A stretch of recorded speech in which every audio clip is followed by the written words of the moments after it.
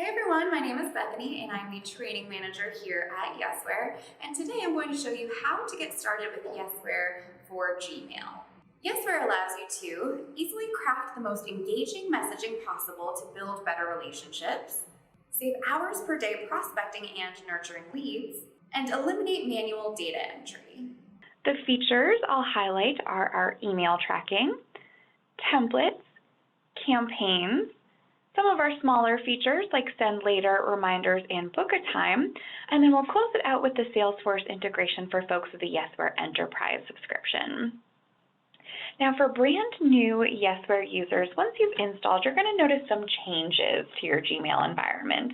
Most notably, you'll now have this sidebar, which is collapsible, so if you need to minimize it, you can, and then pop it back out when you're ready to use it. There will be some menu items here at the top of Gmail. And then within a compose window, we've got some extra buttons here that did not used to exist, and we'll go over all of these. But the idea here is not to get in your way, but really to give you tools necessary to enhance your already established workflow. In this Yesware dropdown, you have access to our Help Center, where you can submit support tickets, look through help articles, see some videos here. There is some reporting, so you can take a look at a larger tracking report, get a sense of your email and template activity.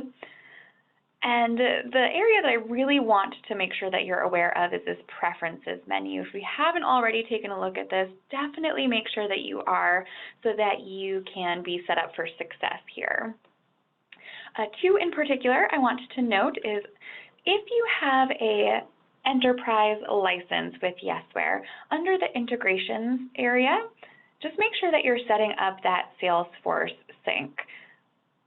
And then within the tracking area, track links is not on by default. So if you want to get a sense of who is clicking on links that you're sending to them, go ahead and turn that on, and we'll talk about that in a bit more detail in just a moment here. Now, once you've gotten the lay of the land of your new inbox and set up your preferences, you can get started using Yesware. And the very first feature that I want to go over with you is Yesware's email tracking. And by email tracking, I mean the ability to send an email to a recipient and then be able to tell when that recipient has opened your email or alternatively not opened your email. And the way that we're doing this is by inserting a tiny little tracking pixel into the body of this message. So when that pixel loads on the other end, we're able to capture an open notification. So as long as this track box here at the bottom of your compose window is checked off, this email, when you send it, is going to be tracked. And then we will notify you of the opens in a number of different ways. If in your preferences you have event notifications turned on, you're going to start to get some pop-up notifications that occur real time to let you know as people are opening up your emails. And I have mine off just because I do screen shares like this pretty frequently, but one of the benefits of having event notifications turned on is that a lot of our customers have found that following up a pop-up notification, maybe a minute or two thereafter with a telephone call, really increases your call connection rates. You know, if they've just seen your name or company name in an email and then see it on caller ID, might be more likely to answer. Also, when we're giving you this open information, we're going to tell you whether they opened it on a computer versus a cell phone. So if you know that they're opening it from a computer, they're probably at their desk as opposed to kind of out and about using a cell phone, which means they'd be more likely to answer their phone. And then two, that conversation is going to go a lot more smoothly because the information will be top of mind for them. You know, they've just read your email. So this is a best practice alert. Definitely give it a try of calling someone after you see that there's a pop-up notification. And then another area that you will start to see open information is here in this activity feed. And it's going to show you a little ticker of the number of events that have occurred since the last time we took a peek at the activity feed. And then when you click in here, it's going to show you the most recent open information and kind of working your way backwards as you're scrolling through here. And you're able to see, again, what device this was opened on. So you'll see a cell phone versus a computer icon if we're able to tell that. you'll be able to tell which email was actually opened, and if you click on that, it's going to bring you to the email thread. And when the email was opened, when the original send was, and then if you click on a specific message, this sidebar here is going to show you the full open information for that individual email. From the activity feed, you can also take a look at those emails that haven't been opened, or maybe opened and not replied, just so you can kind of plan your follow-ups there. Another area for open information is anywhere that you keep conversations. So if you segment by folder or just leave conversations in your inbox, if you go to your sent messages, you should start to notice these little eyeball icons as you are getting opens. And if you hover over them, this is going to show you the high-level open information for those emails. So you can tell quickly at a glance whether or not an email has been opened. And let's say, just for example, you sent an email last week and you think to yourself, I cannot for the life of me remember whether I saw a pop-up notification, I don't necessarily feel like scrolling through this activity feed to find it. How are you going to know whether or not that person opened your email from last week? Well, you can go into your sent messages, click on the email, and then this eyeball icon here, if you click on it, is going to show you the full tracking information for this individual message. So you can take a look here and see that. And then if you see that you never got an open, maybe when you do your follow-ups, you change up your subject line, make it a bit more compelling, or maybe the send time to a more convenient time for them. Or, alternatively, you see that you did get an open but not a reply. Maybe when you follow up, try a different medium and, give them a call or try LinkedIn and see if that doesn't have any success. So really just providing you some context so you can figure out, where you go from here. Now, I alluded to this when we were talking about preferences, and I'm sure you've seen here in this activity feed that there are link click notifications here. So if you're sending emails to recipients that include links to different pages on your website, or YouTube video links for demo or tutorial videos, or Dropbox links, and you want to see, of all the people I'm emailing, who's actually engaging with these links that I'm sending, you can use the link click tracking to do that. So again, in your preferences, just make sure that track links is turned on, and then this will happen automatically.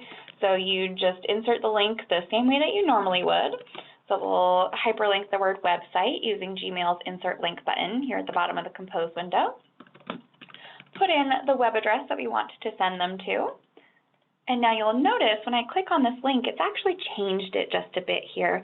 So it says t.yesware.com, a bunch of different characters, and the actual web address that I entered. And that's how we're tracking those link clicks, by just changing it slightly. And then when your recipient clicks on that link, we'll notify you of the link click, again with the pop-up notifications if you have it, or it will be shown in this activity feed. And you can also narrow down which link was clicked on. So if you're sending an email with multiple links in it, you should be able to see here in this sidebar which link was actually clicked on. And a lot of people use this to prioritize their follow-ups, because the people that are clicking on links are probably more interested and invested than those people that are just kind of opening your emails and then immediately closing them right back out.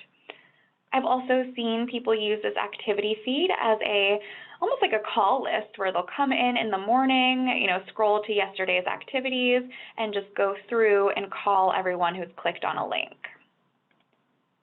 As a best practice, though, I always recommend doing a descriptive hyperlink.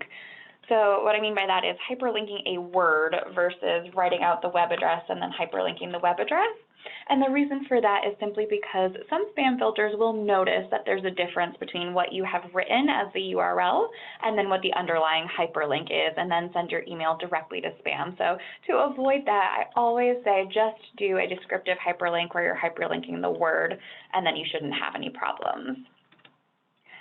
And then in a similar vein to link click tracking, we also offer attachment tracking. So if you're sending attachments and want to know who and when people are opening those attachments, instead of using Gmail's native attachment functionality, use this little green paper paper clip icon here at the bottom of the Compose window, and this allows you to add a tracked attachment. And again, we'll let you know via the various methods we've already discussed when someone opens that attachment. Now, for PDFs and PowerPoints, we actually take it a step further in that we provide to you a presentation report that will show you the page-by-page engagement with that content. So for any other kind of attachment, like a Word doc, Excel sheet, MP4, we'll just say that so-and-so has opened it. But for PDFs and PowerPoints, we'll show you this little analysis here of the page-by-page engagement. So if you're sending something that includes, plans and packages or pricing or instructions on how to do something, you can see that they've spent a lot of time on this particular page. Maybe I need to follow up with more collateral on that, or maybe I need to give them a call and see if they have any questions. Again, really just providing some rich contextual data to help you make a decision about how you're going to follow up with that recipient. All right, so that was tracking. For those of you that have joined us a little bit later, to ask any questions, you're just going to want to type them into the Q&A box, and we're going to take this feature by feature.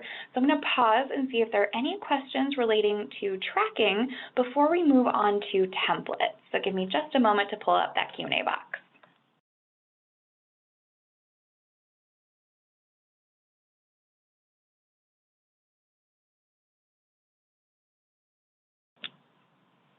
All right, not seeing anything, but let me just give it another quick second here.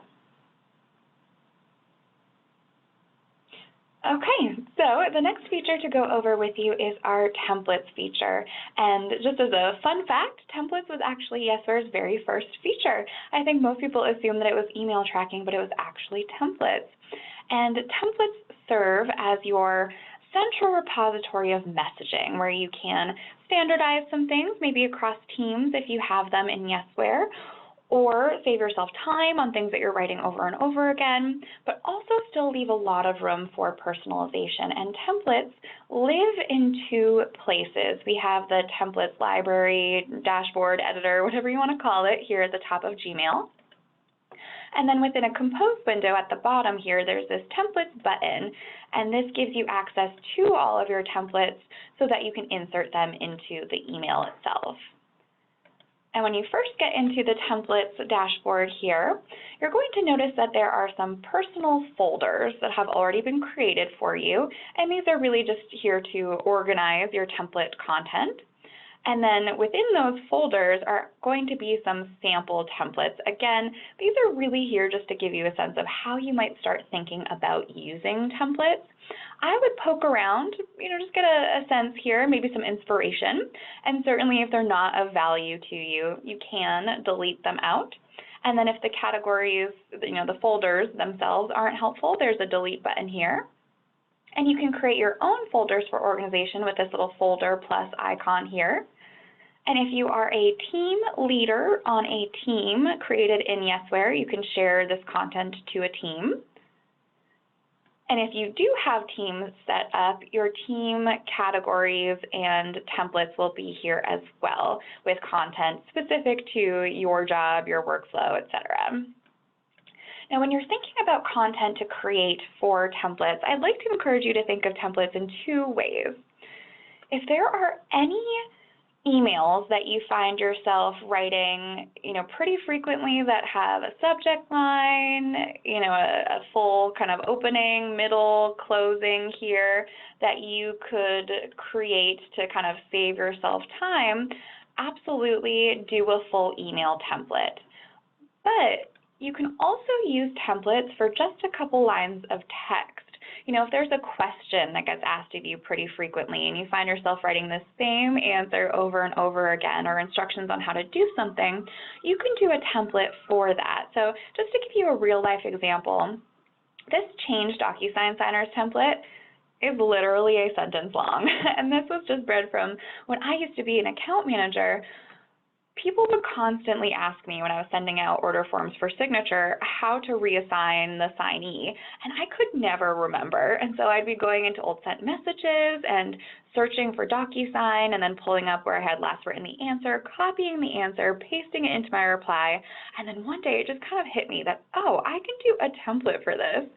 So anything that's going to save you time is a good use case for templates. And when you're ready to create your own template content, you just want to click on this blue New Template button here in the upper right. Give it a name, something that makes sense for the scenario. Then choose where do I want to save this individual template. Again, if you're a team leader, you can save it to a team category. And then if you're doing a full email start to finish that needs a subject line, you can plug it in here, but it's not a required field. So if you're just doing, an answer to a question or instructions, you can skip over that and build it out here. We'll put one in though, just to show you. And then here is where you build out the body of your template. And yes, templates are great to standardize messaging, save yourself time, but you don't want your recipient to feel like they're getting this templated email. You really want them to feel like you've taken the time to craft this email for them and that you're actually valuing this business relationship you're trying to build. So we leave room for personalization through the use of merge fields. And for those of you with the Yesware Enterprise subscription, you can use Salesforce Fields, which are going to look at all of the fields in your Salesforce environment and help you to pull those in automatically. So people usually use this for things like first name, company or account name, maybe job title, depending upon what you're reaching out about. And then everyone has text fields, which I like to think of like Mad Libs or just to fill in the blanks. You might use that to do some LinkedIn research to make it super personalized. Perhaps just leave it as a placeholder for times you're available or a value add. And then drop-down fields, again, everyone has access to this, and you can use it to create a predetermined list of things that you would then come back to and choose from later. So you may have noticed in the first template that I showed you that I had a drop-down for the different customer success managers with whom I'm paired. And I had one for, I think, today's or yesterday's session, depending upon when I send an email. So you can get kind of creative with the drop-downs. I also use it for personalization, so license versus licenses, that sort of thing. In terms of formatting, all the standard formatting, you can insert images and insert a tracked attachment. So if you have a standard email that includes like a one-pager, you could insert that tracked attachment to the template as opposed to, sending an email, inserting a template, and then, doing a separate attachment. You could just do it at the time of the template, again, to save yourself a little time here. And then when you're done setting this up, go ahead and save template. So great, we've got this template, but how do we actually use it?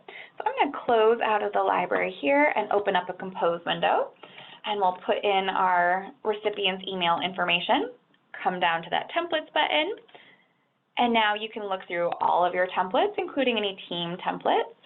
You'll have your recent ones shown, you can favorite them, or use the search bar to search by content or category. And then when you find the one that you want to use, you have two options. You can either click Insert or click Fill In. Insert is literally going to just dump this template in as is. So if you have any text fields, you don't want to use Insert. You want to use Fill In. And you'll notice when I click Fill In, for folks with the Yesware Enterprise subscription, it's automatically pulled in my name for the contact record I have associated with the email address I put into the To field. So again, anything that you're wanting to pull in from Salesforce, use Salesforce Fields for. And then text fields, you just fill in the blanks. And drop-down fields, choose from your options here. And now we click Insert Template. And it will have pulled in the subject line, all the Salesforce fields, text fields that you filled out, and drop-down fields. And you can either send this email out or, you're not handcuffed to this text, so you can still make additions. You can change any of the text that we put in. You can also insert multiple templates into an email. So if you realize that this person's probably going to ask about DocuSign signers, you can search for that template, and click insert, and it will just insert itself wherever your cursor is. So it's not going to override whatever you have written there. Also, something worth noting, when you click on this templates button here, if you've very recently added any templates, there is a refresh button here, so you can click that to get that new template in. Right, so I'm going to pause here, see if there are any questions on templates before we move on to campaigns.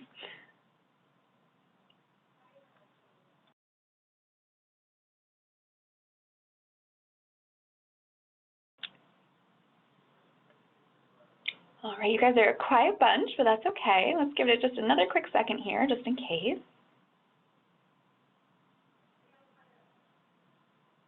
All right, so I'm going to give a very high-level overview of campaigns. There are a lot of moving parts to it. We do have a session on Mondays that you can join for a more in-depth overview, but I'll give you enough to kind of get started with campaigns. And campaigns is only available on our premium and enterprise plan, so I apologize if we have any pro users on the line. We'll have to kind of sit through this till we get to some of those other features. But campaigns is our cadencing tool that allows you the ability to essentially create a game plan of how you want to reach out to your recipients. You can kind of map it out, and we will automate some pieces of that for you and then help you to stay on top of your more manual follow-ups. And you can continue to use these campaigns over and over again. So it's not like a one and done where you put it together, send it out, and then can never use it again. You can continually add recipients to these campaigns.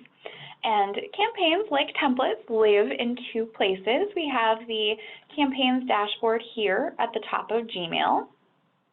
And then within the Yesware sidebar, there's a campaigns tab, and this is going to house all of your manual to-do tasks.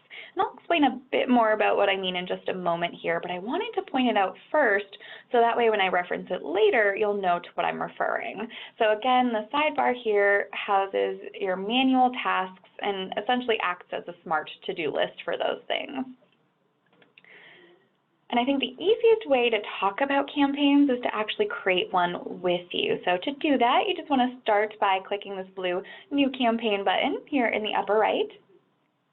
And the very first thing that you'll want to do is name the campaign. Now, it does default to today's date, but like I said, you can continue to use these campaigns over and over again. So I always recommend being very specific in your naming convention. And the example I like to give here is, let's say that you're setting up a campaign that is just 2 automated emails around the holidays, one that goes out beforehand to wish people happy holidays, and then one that kicks out in January to say, hope you enjoyed your time off, let me know if you need anything, Happy New Year. Well, a year from then, if you want to run that campaign again, I can guarantee that you're not going to remember the date that you put it together originally, but if you use our search bar and search for holidays, calling it holidays would be a lot easier to then find it to use that a year later. So I always recommend just being very specific. And then the next piece of this is to add recipients. And I want to point out you can add recipients now, but you don't have to add recipients now. So if you get back to your desk after this training and think to yourself, I'm a customer success manager, and I have a really great idea of how I want to reach out to and engage with customers who are newly added to my book of business, but sales hasn't closed a deal within the last couple of days, so I don't have anyone new to add to this. Totally fine. You can skip down to the touches section, and this is where you would build out that really great plan you have of how you want to reach out to customers who are newly added to your book of business. That maybe starts with setting up a custom task to set up a Google alert for that new customer, and then you want to send an automated email to introduce yourself. Then maybe you want to send a handwritten note just to kind of solidify your excitement to be working with that person. Maybe, a week after that, you want to send a helpful hints email. And then maybe at the end of the month, you want to do a phone call just to check in and see how things are going. Awesome. Put that plan together, save and exit, and then come back and add recipients later as sales starts closing those deals. I'm going to add them right now, though, just to show you how that's done. And for those of you with the Yesware Enterprise subscription, you can import a contact or lead list from Salesforce. You can search Salesforce for just an individual recipient and add them individually. And then everyone has the option to just type into this table. So all of the fields here are editable, including the column header. Or you can upload a CSV, which is my preferred method of doing so, and how we'll do this today. So great, we've got our recipients in there, or made the decision to skip adding recipients. So the next step is to come down here and, again, create this plan of how you want to reach out to and engage with your recipients. And we have 6 different methods of doing so, which we call touch types. And to go through these, an automated email you would compose here, choose if you want to include your Gmail signature on that, and then schedule when you want it to be sent out, and we would send it out for you automatically.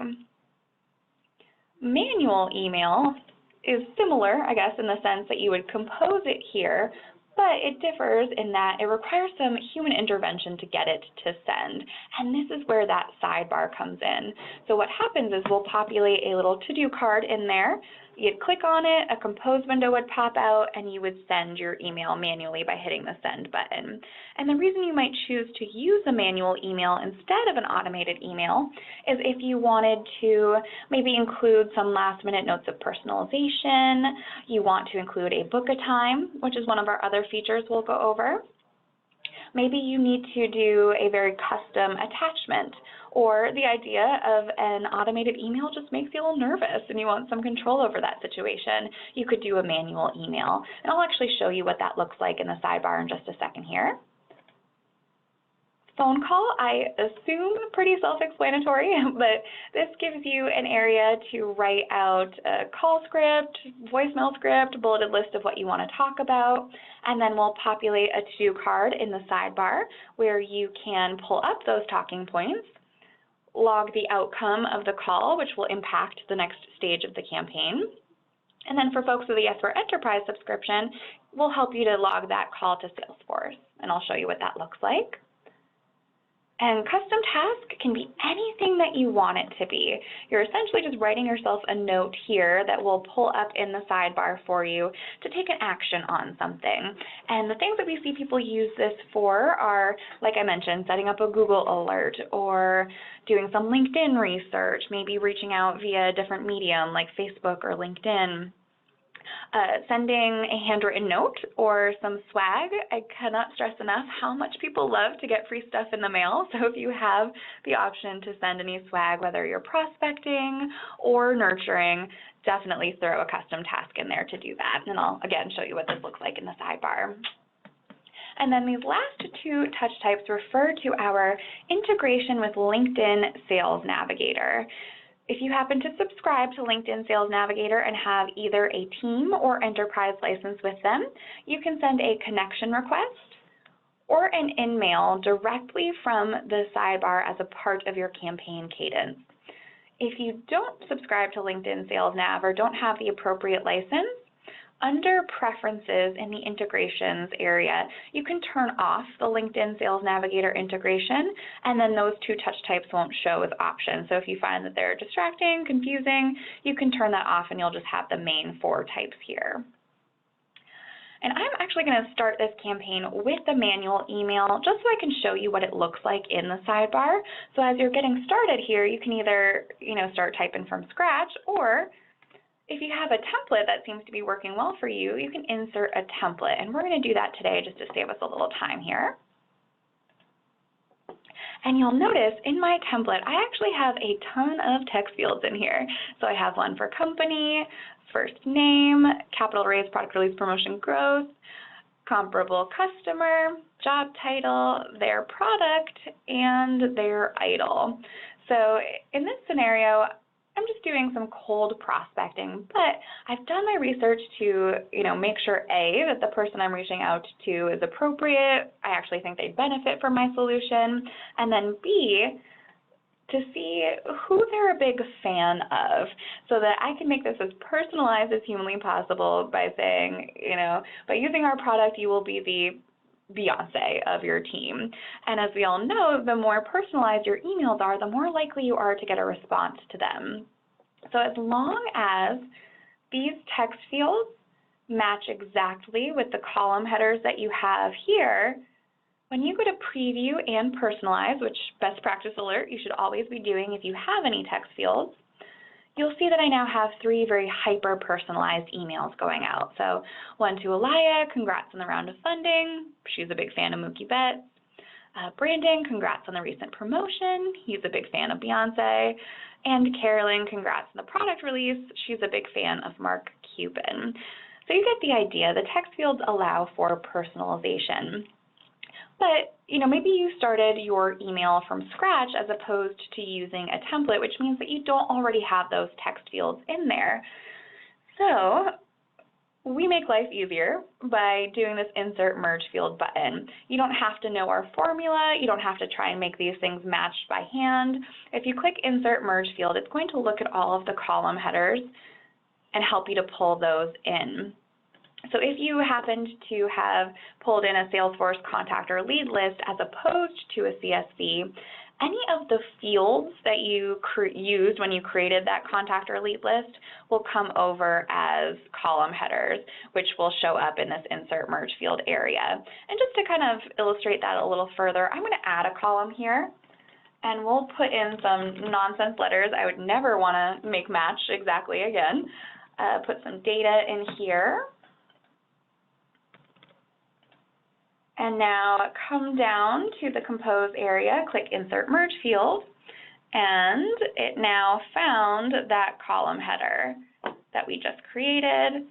I'll go to Preview and Personalize, and you'll see those ABCs have come in. So you might choose, if you did import a contact or lead list from Salesforce, to maybe add a column, call it something like personalization, and just put in a sentence for each person, and then you'll have that pulled in.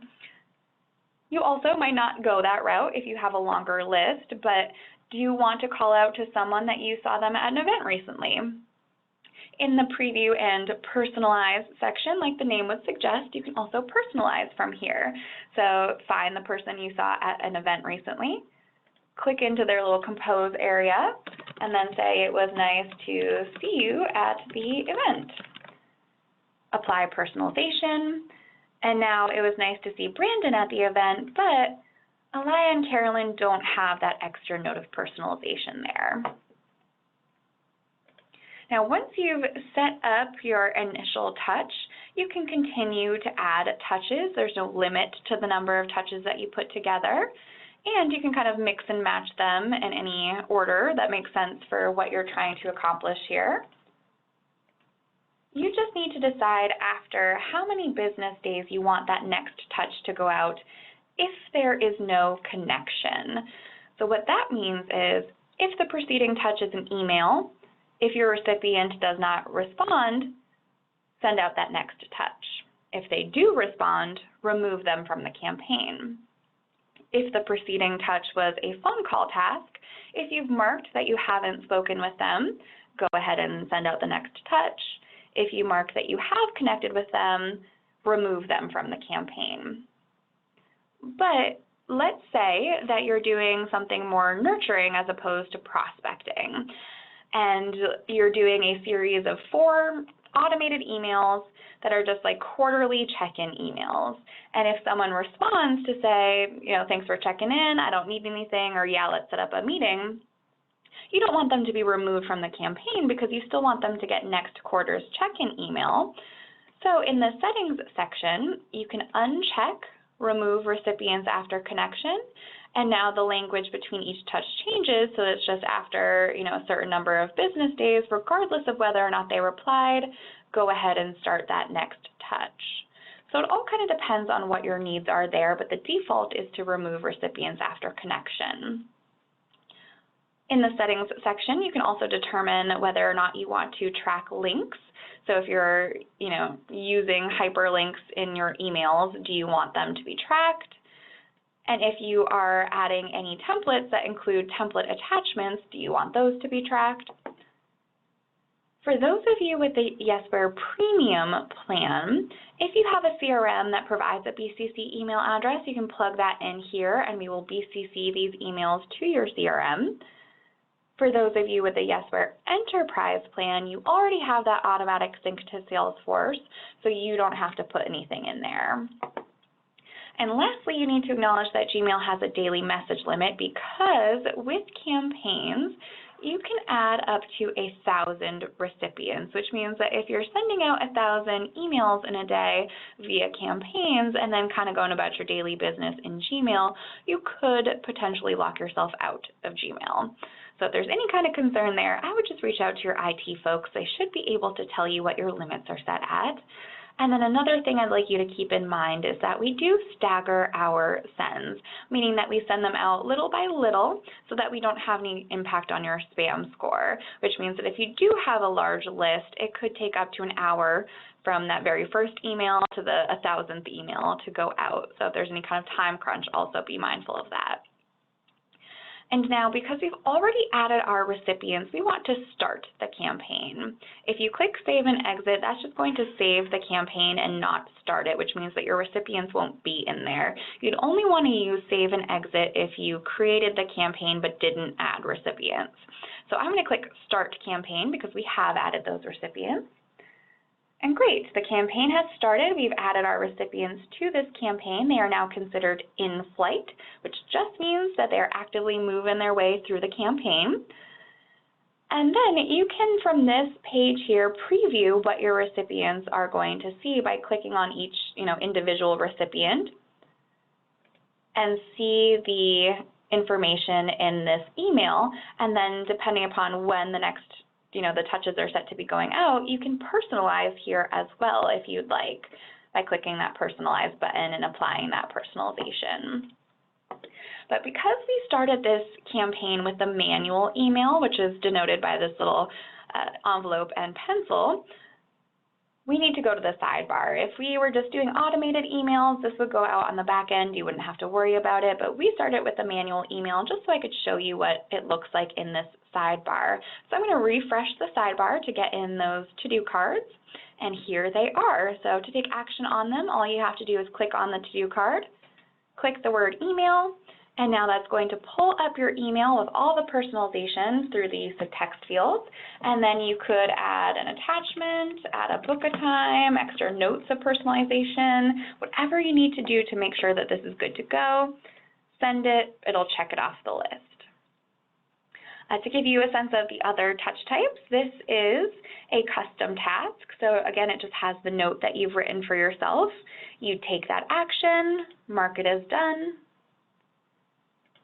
And then for phone call tasks, you just want to click on the word call. And if this recipient was added via if this recipient was added via Salesforce, and if there's a phone number for this recipient in Salesforce, it will show the phone number. If you've added a CSV with a specific phone column and filled that out, the phone number will show here. Otherwise, you would just get the phone number, however you would normally get a phone number to make a phone call. Then click on the word call. And this is going to pull up a dialog box that has your talking points from the campaign so that you can reference them. It'll have the Salesforce contact or lead record, so if you need any of the activity at a glance, it'll be here. You can choose the outcome of the call, which again, remember, will impact the next stage of the campaign. Add any notes from the call. Click Save and Create New Task, so that's going to save the outcome, check it off the list, and help you to log this call to Salesforce. And it's going to include some campaign data, which you can use for reporting, but also have the notes that you've entered over here. And then just click Save, because this Save button is actually logging that call to Salesforce. All right, so I know that was a high-level overview of campaigns. Let's see if there are any questions. Just give me a moment to pull up the Q&A box.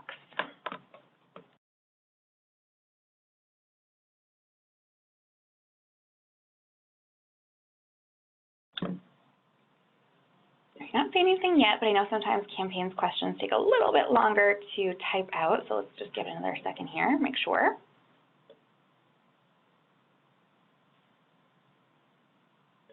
All right, well, if you find that you have any questions as you're playing around with campaigns, there's also this little question mark button here. If you click on that, it's going to bring you to our Help Center, where you can watch some videos, there's screenshots, written out instructions, etc. that you can use.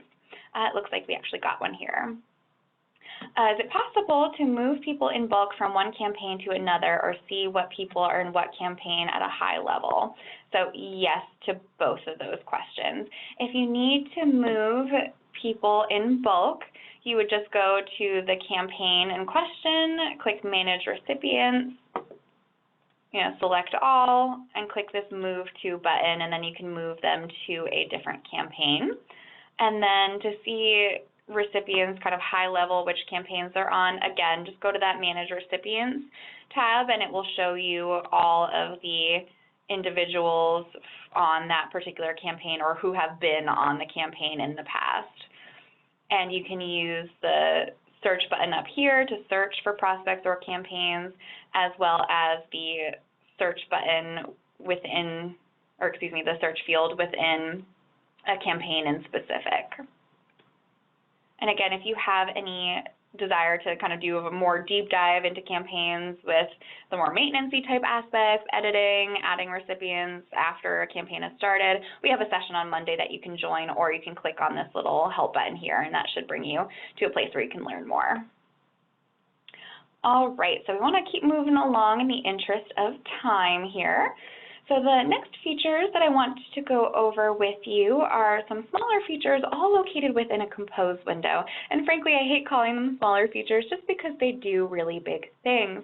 But the first one to go over with you is my personal favorite Yesware feature, and that is the Reminders feature. And when I was an account manager, I relied on this so heavily and still use it a lot to this day. So the Reminders feature here is this little bell icon at the bottom of the compose window, and I like to think of this as like putting a Post-it note on your individual email so that you can kind of stay on top of the things that you need to do relating to this email. And you can choose to be reminded only if nobody replies, or just kind of in general, depending upon what your needs are there. And then when do I want to be reminded? You've got some predetermined times, so you don't have to think too much about it, or you can schedule it out for a specific date and time. And then write yourself a little note about why you want to be reminded. So, let's say that you're asking someone to get you something by the end of the week, and you think to yourself, this person is not going to get this to me by the end of the week. You could then schedule a reminder for sometime Monday morning to say, did they sign the order form? Order form. If not, follow up. And then click confirm. And now as long as this little reminder icon has this check mark here, that means that yes, you're going to be reminded on this date and time. You would send this email out. When that date and time comes up, you're going to get an email from yourself to yourself that will show up like this. It'll say reminder and have your note here. And then if you have conversation view turned on in Gmail, so that's a specific Gmail setting, if you have that turned on, it's going to thread through to the original email. If you don't have conversation view turned on, it's not the end of the world. It just means that this email from yourself to yourself is not going to be attached to anything, but it will have the same exact subject line, so you could always copy the subject line and use the search bar to find the original email. And then the coolest thing about reminders, in my opinion, is that it has this message activity here. So when you're being reminded, you can see whether or not they looked at that original email. So in this case, I'm asking, this person to confirm that they intend to renew next year. In my mind, I'm thinking this is a slam dunk renewal, shouldn't be a problem, but I see that they've opened my email and never responded to me. So when I follow up, does that mean that I need to handle this a little more delicately than I had originally assumed? Do I need to update my pipeline forecasting? Is this renewal at risk? Using that context to plan your follow-up. And you can also set reminders retroactively. So if you send out an email and forget to have put a reminder on it, you can always go into the sent message, and next to the tracking information is the reminder icon, and this will also show up on incoming messages.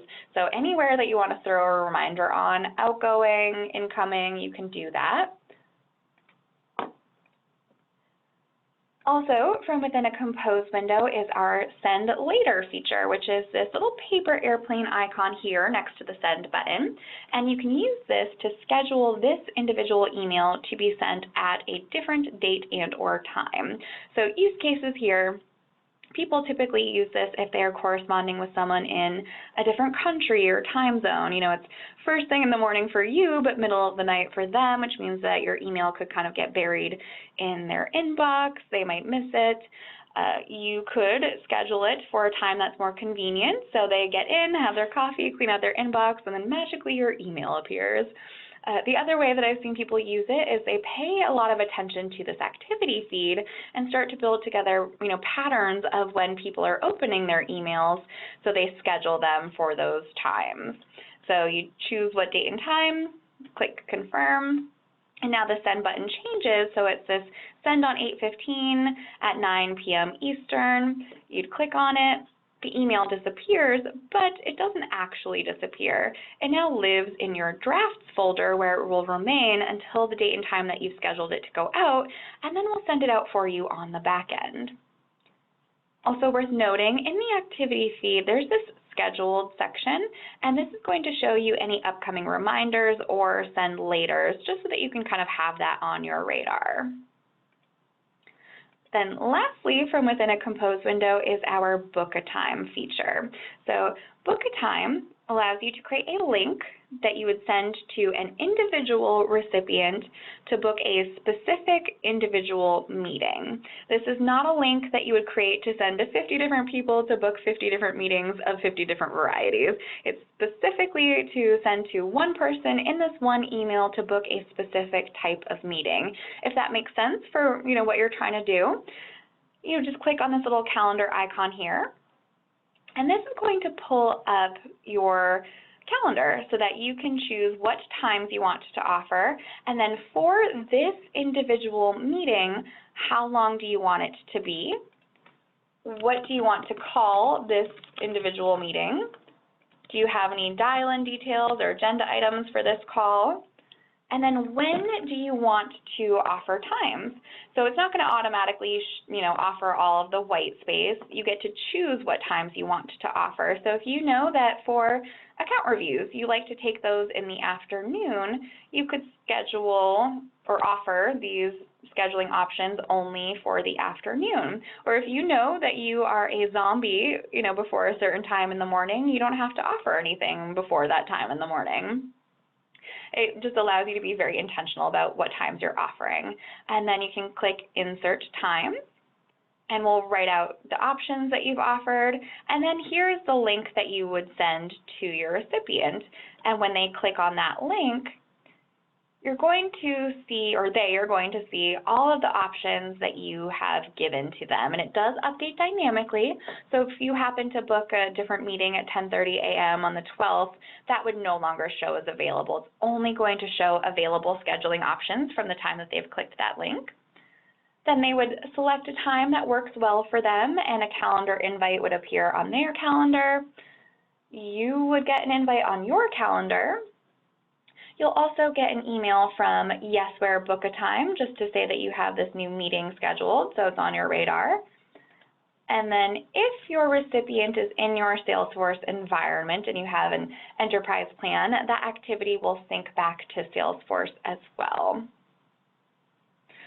All right, I'm going to pause there, see if there are any questions on reminders, send later, or book a time before we move on to the Salesforce integration.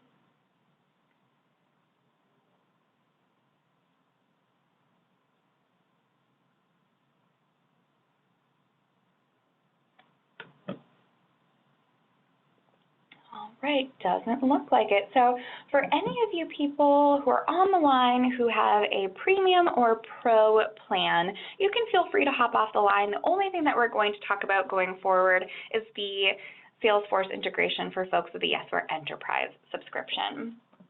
So for those of you that remain, the Salesforce integration allows for an automatic sync to Salesforce of all the emails that you're sending so that you don't have to do it manually, because we all know how much we hate to do that. It's going to provide some visibility into your Salesforce org, because all of your conversations back and forth will be visible in Salesforce. And two, any of the emails that we're syncing over to Salesforce will include some metadata that allows for reporting. So you can report on what subject lines are working, what templates, what campaigns, etc. So as long as you are reaching out to a recipient who has an email address associated with a contact or lead in your Salesforce environment, this email and the subsequent engagement with this email are going to automatically sync to Salesforce.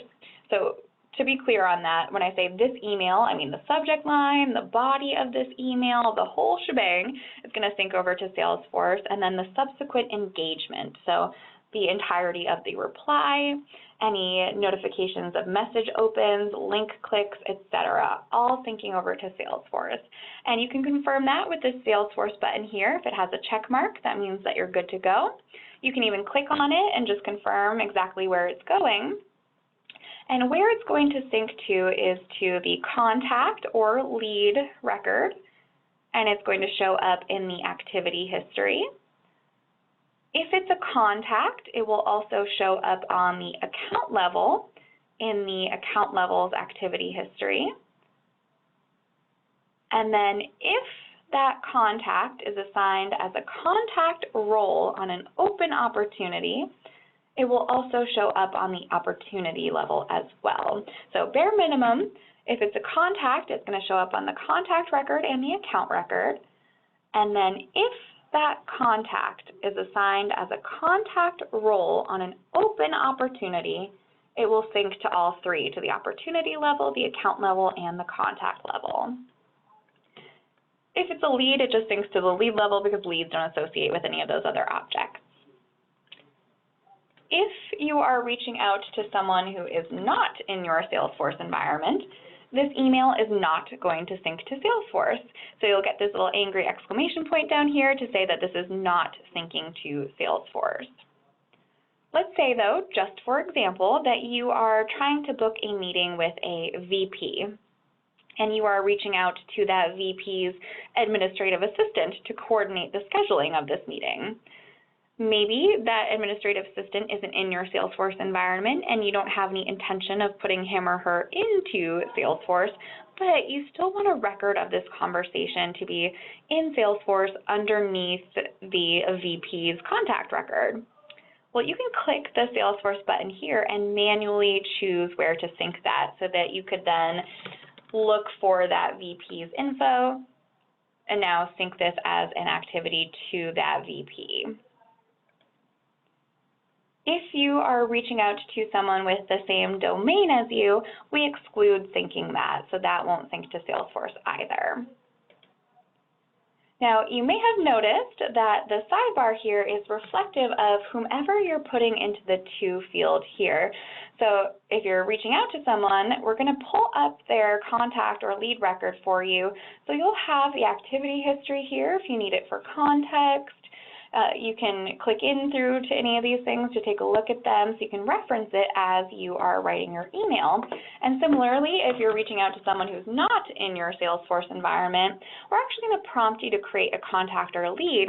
So if you're reaching out to someone for the first time and see, oh, you know what, they're not in Salesforce and they really ought to be, you can quickly create that contact or a lead here in the sidebar, and we'll help you by pulling some of that stuff in. And then you can save it, and now when you send this email will sync to Salesforce. So this sidebar is essentially a mini instance of Salesforce. Any kind of changes or updates you make here will be reflected in Salesforce and vice versa.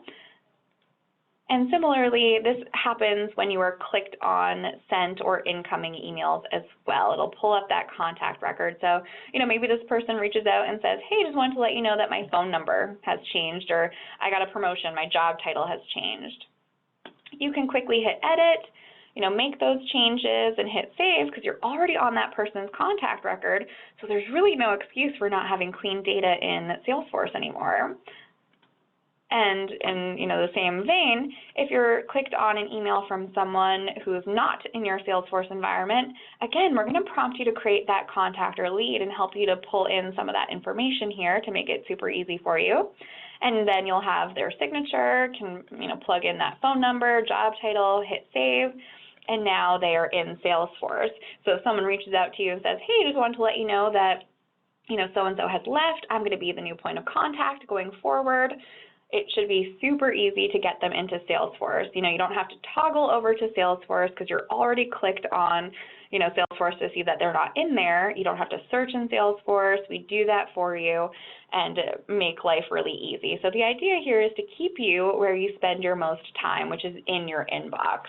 And you can use this to search for people, click in through the account level, click into any of this activity history so you can see, the body of the email here. You can create new tasks, new events, log calls, new ops, all right from within the Salesforce sidebar here. Now, the last piece of the Salesforce integration is the calendar integration. So if you're goaled or incentivized on the number of meetings that you're booking, this is a really great way to make sure that you're getting that into Salesforce. So when you open up a calendar invite to create it, you should see that you now have this sync calendar event to Salesforce UI. Mine's going to look slightly different than yours because I have some custom fields with type and sales engineer. You're just going to have contact or leader counter opportunity. If you want any custom fields, feel free to reach out to our support team at support@yesware.com and they can help you get set up with these other types here. But now you can choose either by manually putting in the info here or adding a guest. It will be synced to the first person that you put in there. So you can either type it in or put the guest in and we'll guess where you want us to sync this to. And then when you click save, it's going to save as an open activity under this contact or lead or counter opportunity until the date and time of this event has passed, and then it will pop down to the activity history. You can also sync these retroactively. So if you forget to turn this on or maybe yesterday you didn't have Yesware, you can go in and sync it retroactively, and you can sync incoming events as well. You also have the option to add a guest from Salesforce. So this is just kind of a bonus feature. If you don't use it, not the end of the world, but if you forget someone's email address, you can always search for them here and we will add them to the list of attendees for you.